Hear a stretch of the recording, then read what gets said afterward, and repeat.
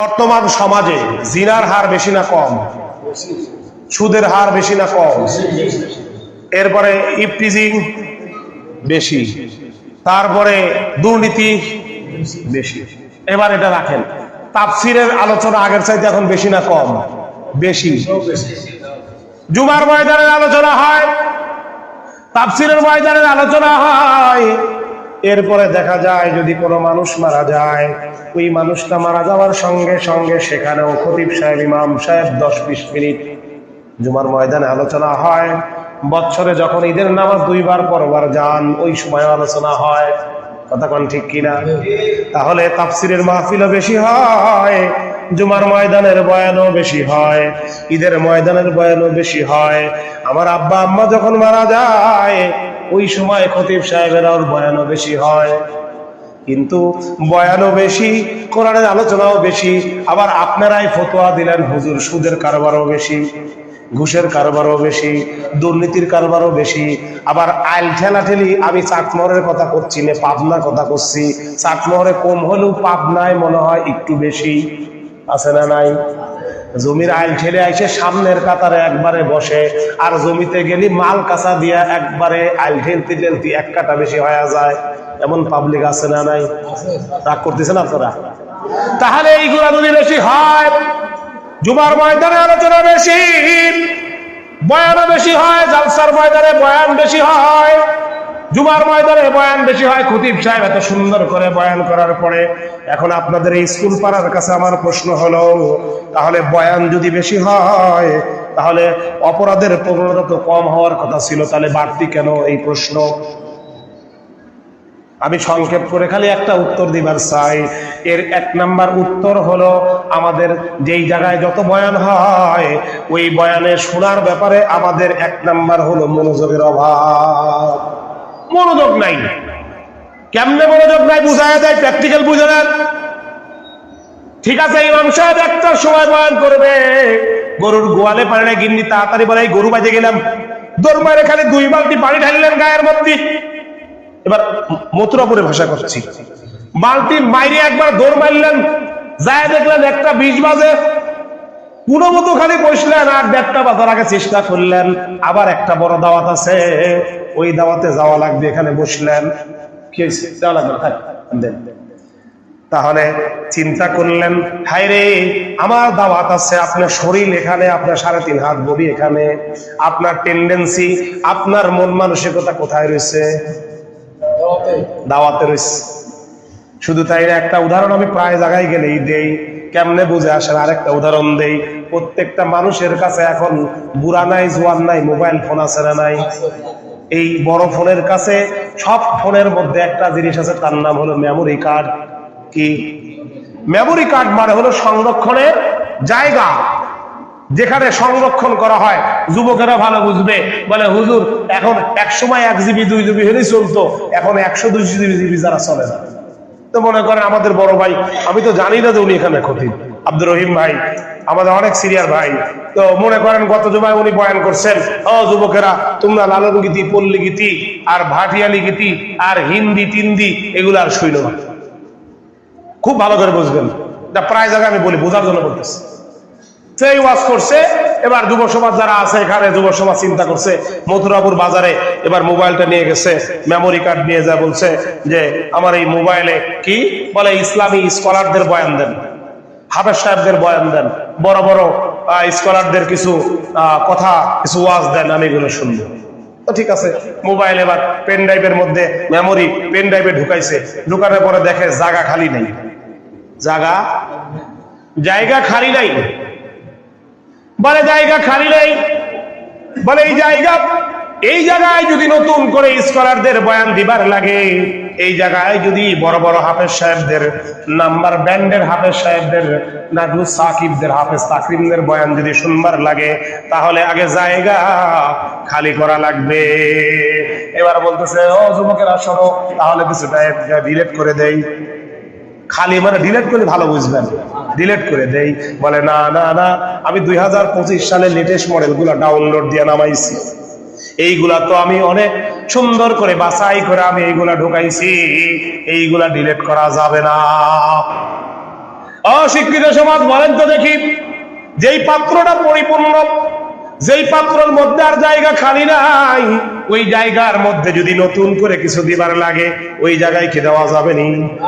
সুতরাং ওই computer man বলেন, ওই নট সাপোর্ট দেখায়, যতই ডাউনলোড দিবার চায়, যতই লোড দিবার চায়, বলে নট সাপোর্ট, জায়গা খালি নাই। আল্লাহর বান্দারা, আমি আপনাকে যখন আল্লাহ পাক রব্বুল আলামিন সৃষ্টি করছেন, এই কুদরতি মাথার মধ্যে একটা মেমোরি কার্ড লাগায়া দিছে না? যার কারণে দাড়ি পাইকা গেছে।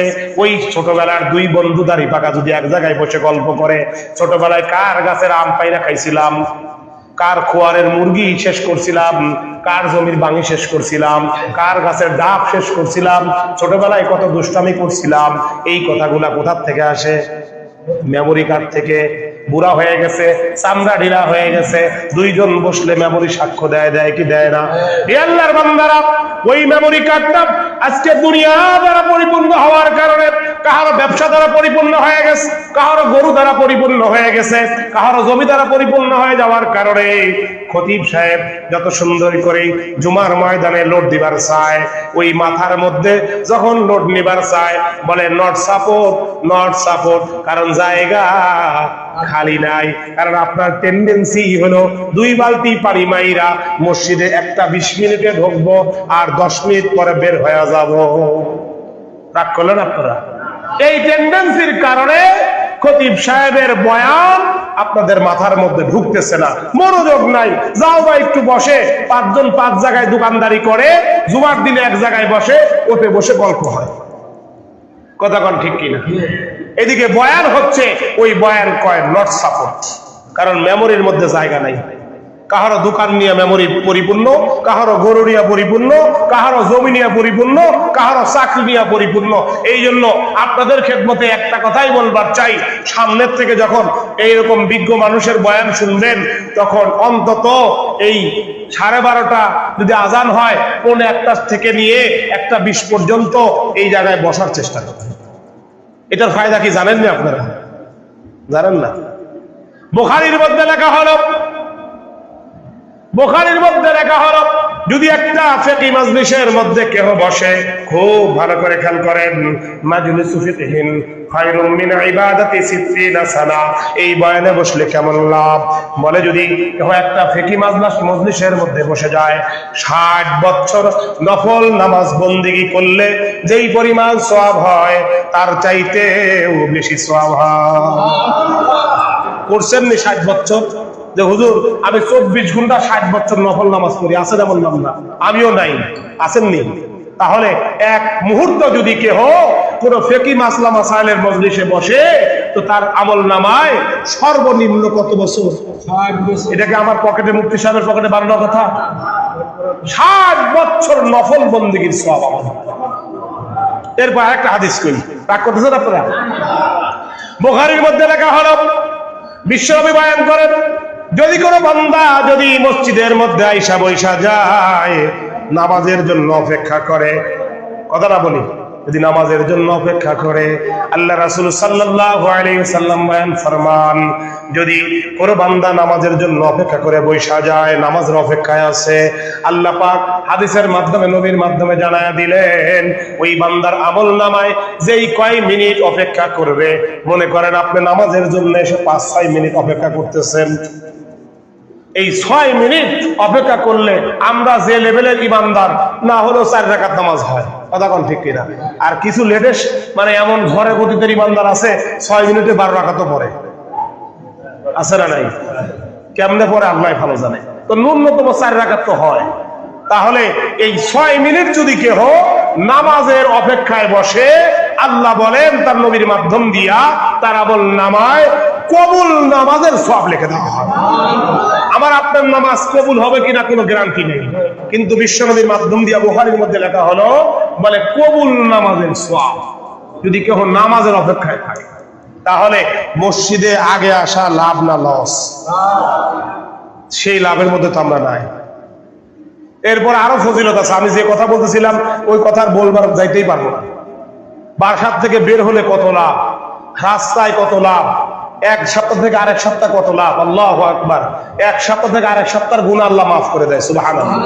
এক জুমা থেকে আরেক জুমা, প্রতি কদমে কদমে গুনাহ মাফ। জুমার ময়দানে যখন ওযু করে কোনো বান্দা বের হয়, প্রতি কদমে কদমে আল্লাহ তাআলা গুনাহ মাফ করে দেয়, প্রতি কদমে কদমে তার মর্তবা বাড়ায় দেয়। জোরে বলেন সুবহানাল্লাহ। মসজিদে যখন ঢুকায়, ফেরেশতারা ওখানে দাঁড়ায় যায় সওয়াব লেখার জন্য। কাহারো আমল নামায় উটের সওয়াব, কাহারো আমল নামায় গরুর সওয়াব, কাহারো আমল নামায় মুরগির সওয়াব, কাহারো আমল, এইসব ওয়াজ আপনারা অনেক আগেই শুনছেন। তো মুদ্রা কথা বোঝানোর উদ্দেশ্য হলো, জুমার ময়দানে এসে কেন আমাদের আমলে আসে না, এর একটা কারণ হলো মনোযোগ নাই। অথচ আল্লাহ তাআলা বলেন, ইন্নামা ইয়াস্তাজিবুল্লাযীনা ইয়াসমাউন, একমাত্র তাদেরই কোরআন হাদিসের কথা আমলের পরিবেশ পয়দা করে যারা মনোযোগ সহকারে শ্রবণ করে। জোরে বলেন সুবহানাল্লাহ। আজকে মনোযোগ সহকারে শ্রবণ না করার কারণে আজকে আমাদের আমলের পরিবেশ নেই। এটাই বাস্তবতা। আসতেছি, একবার বারান্দায় বসতেছি, কোনো মানে নিয়তি নাই যে খতিব সাহেব এত কষ্ট করে এসে লেখাপড়া করে এখানে বয়ান করে, আমি সবার আগে যাই, আল্লাহর হুকুম, মসজিদে জুমার হুকুম হয়ে গেছে, আমি সর্বাগ্রে বসে যা আলোচনা হয় ওটা আমল করার নিয়তে শুরু। আমাদের মনোযোগ নেই আমাদের নিয়তের। অথচ নিয়ত হওয়া দরকার কি ছিল, যে আল্লাহ রাব্বুল আলামিন যেই কথাগুলো আমার আমলের দরকার, সেই কথাগুলা খতিব সাহেবের জবান থেকে বের করে দাও। আর খতিব সাহেব এই নিয়তে বয়ান করবে, আল্লাহ যেই কথাগুলো আমার আমলে নাই এবং আমার মুসল্লির দরকার, ওই কথাগুলো আবার জবান থেকে বের করে দাও। যদি এই উভয়ের এই নিয়ত মিল পড়ে যায়, ও জায়গায় আল্লাহর রহমত নাজিল হয়। জোরে বলেন সুবহানাল্লাহ। এই জন্য আপনারাই আগেই সাক্ষী দিচ্ছেন যে বয়ান বেশি হচ্ছে, আলোচনা বেশি হচ্ছে, সুদের হার বাড়তেছে। বয়ান বেশি হচ্ছে, ঘুষের হার বাড়তেছে। বয়ান বেশি হচ্ছে, আইল ঠেলাঠেলি বেশি হচ্ছে। কথা কথা ঠিক। নামাজে মসজিদের সর্বাগ্রে প্রথম কাতারে, আবার মাঠে আইল ঠেলাঠেলিরও প্রথম কাতারে। মাল কাঁচা দেয় একবারে, হাজি মানুষ অমুক তমুক মাল কাঁচা দিয়ে আইল ঠেলে, আছে না নাই? তাহলে নামাজের সামনের কাতারে দাঁড়াইলেন, ওখানে সারের মন মানসিকতা নাই। কি আমি হলে আমার বিরুদ্ধে ওয়াজ করতে, মনে করেন আমার জন্য বলতে, এটাই বাস্তব।